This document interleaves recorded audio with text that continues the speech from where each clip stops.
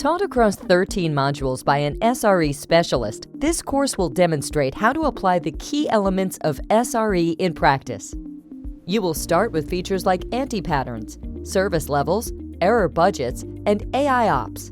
There will also be several knowledge checks throughout. The course moves on to discussing how to implement SRE to optimize operations and improve DevOps cultures. Once you begin training, you will have access to over 16 hours of course material. The course is also fully accredited by the DevOps Institute. Our courses are not only mobile and tablet responsive, but they can also work offline via a mobile app, which means you can study on the go, wherever you are. Learning tips are included to help you remember key points that will appear on exams, and we also provide downloadable exercises throughout the course. Practice exams are available for when you finish the course, and you can request a free exam voucher when you are ready to sit the official exam.